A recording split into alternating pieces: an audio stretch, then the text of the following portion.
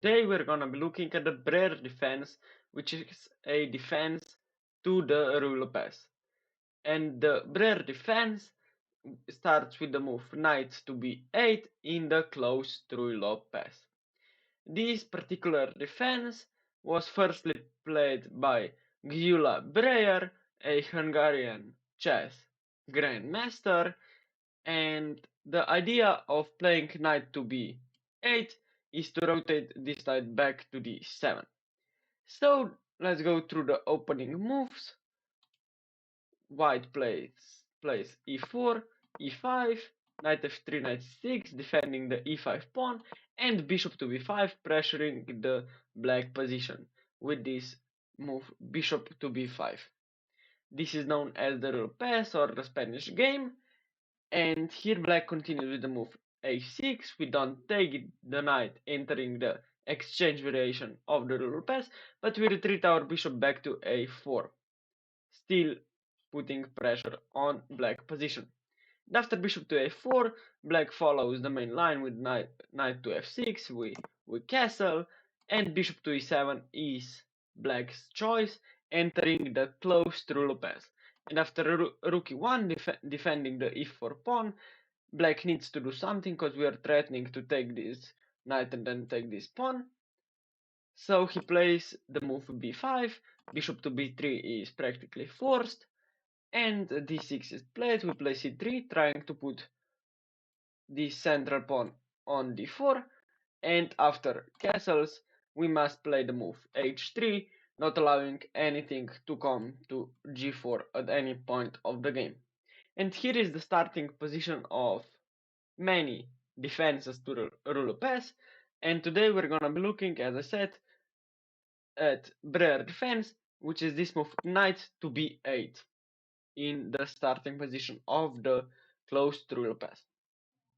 And with this move knight to b8, black is saying that he has time to maneuver this knight to d7, and he will usually develop this bishop to b7 and play c5 at c5 at very next stage of the game. So here we play the most logical move, and that's why we play c3 at the first place. We play the move d4, striking at the center, as the main principles of chess say. And with this move d4, we're attacking the e5 pawn, of course, and black fulfills his maneuver with the move knight b to d7, defending this pawn. And now we start our maneuver with this b1 knight. We play the move knight b to d2, trying to play knight f1 and then knight f1 and knight to g3, just a little bit stabilizing our position, defending this e4 pawn more times. So now black continues with very logical move, which is bishop to b7, putting this bishop on this long diagonal, looking towards our center. And after bishop to b7 is played, we play this move bishop to c2, overprotecting this pawn on e4, as I said earlier. And now here, this is the first point that black has choice what he is going to do. The main line goes rook to e8, but black has a possibility to play c5 right away. So we're gonna look at this sideline first. After c5, we close down the center with the move d5, not allowing this bishop to have any scope. So after d5, black closes down the queen side as well with the move c4. And after c4, we play the move knight to f1, trying to get this knight to g3 or maybe even to e3. So queen c7 will be black's choice. We play knight g3 as I mentioned, trying to put knight on f5, or even later on when we move this knight to h5, trying to exchange these two knights. And black, of course, doesn't want this to happen because this knight is much better piece than this knight on g3. So he plays the move. He play move g6, not allowing this knight to do anything here. And after g6 we play logical move bishop to h6, attacking this rook on f8, and black here play the move rook to b8, trying to expand on the queen side at some point, and this rook will have some scope on this b file. And after rook f to b8 we just play queen to d2, putting queen on this dark squared diagonal, and at this point the theory ends. This is not pretty theoretical line, and white stands slightly better in this position. But as I mentioned, after bishop to c2, the main line is the move rook to e8, and after rook to e8, black has this plan of retreating this bishop to f8, then playing h6 or g6, as in some Chigorin variation positions. So after the move rook e8, we continue to fulfill our knight maneuver. We play the move knight to f1, and after bishop to f8, we play the move knight to g3, and as earlier, now black has another reason more to play this move g6, not that he just wants the bishop on g7, also he is restricting our knight from jumping to f5 or even maybe to h5 in the future. So after g6 we play the move a4, trying to undermine this queenside pawn. This is a usual idea in the RuyLopez from the white side. So after a4, now black has two choices. The main line is the move c5, but the sideline here is the move bishop to g7. And after bishop to g7, we just play bishop to d3, forcing black to play c6 or capturing this pawn, but in RuyLopez you don't want to capture the a4 pawn if you are black, because not only you are isolating this a6 pawn, but you give white this semi-open file after he recaptures the a4 pawn. So after bishop d3, black must play this move c6, stabilizing his queenside, and then we play bishop to g5, and after knight to f8, we play the move queen to d2, and the reason why black played this move knight to f8 is to put his knight on e6, and he does it. And after knight e6, we of course don't want to trade this bishop for this knight, and that's why we play the move bishop to e3. And this is the end of theory for both sides actually, and as earlier, this is not very popular sideline to play, but anyway, as white player you must know it, and if you are black you might study this variation and you will come better from the opening stage of the game. So as I mentioned, after the move a4, black usually plays c5 or bishop to g7 sideline, which we just looked at.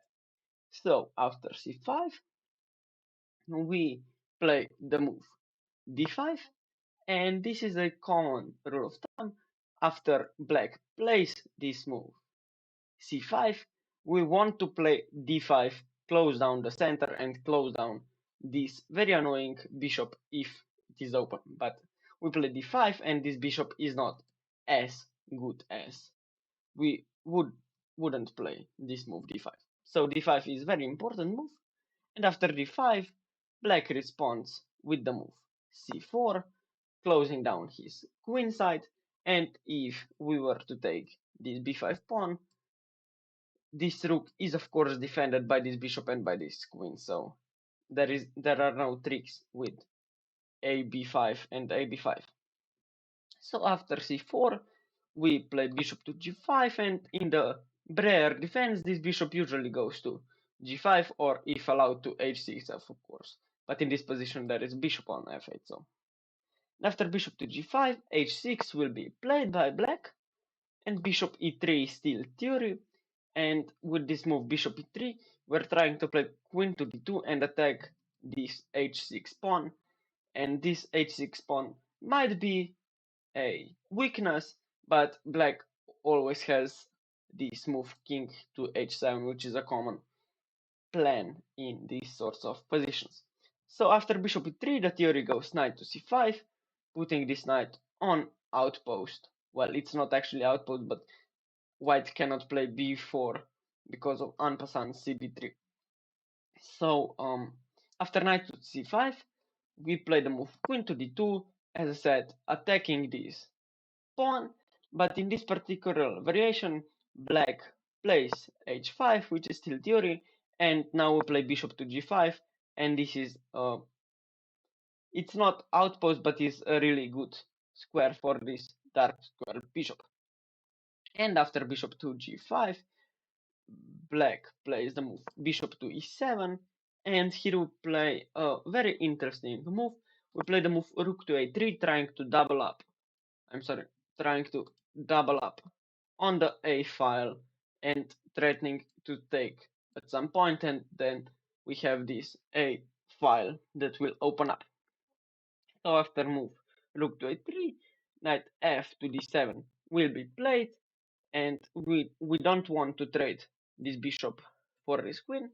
This bishop for his bishop, because black has created some dark square weaknesses, and we will exploit that with having this bishop on the board here. So we retreated back to e3, and after queen to c7, which is still theory, we play knight to g5.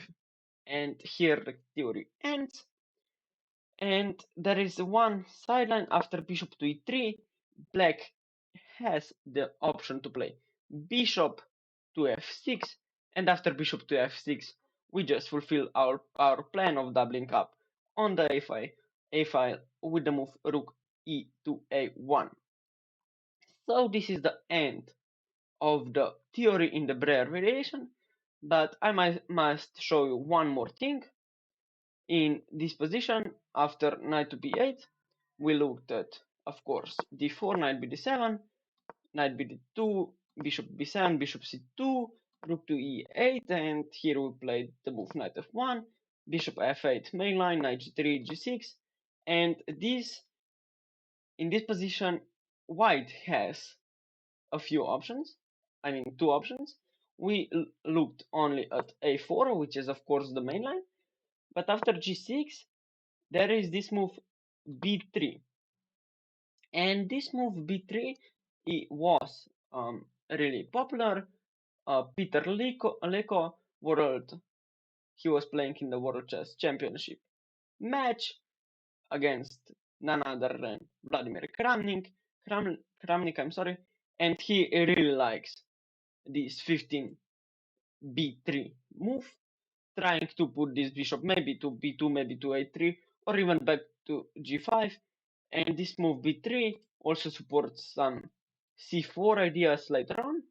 And the theory goes, and if you are black, you need to know this variation with b3, and if you are white, you can study it, and you will come better from the opening if you know what you are doing. And if you're black, you need to know this, and you will be okay from the opening as well.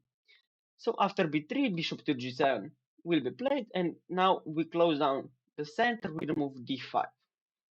And after d5, black will usually play rook to c8, trying still to play c6 or maybe c5. And after rook to c8, we play this common idea of b3. This is the move c4.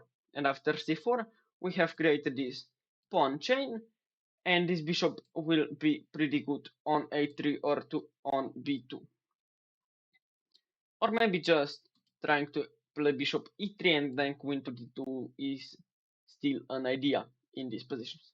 So after c4, c6 will be played usually, And in this particular variation we play bishop e3, indeed, and after knight to b6, play rook to b1, trying to maybe open up the b file, and that's why we put a rook there.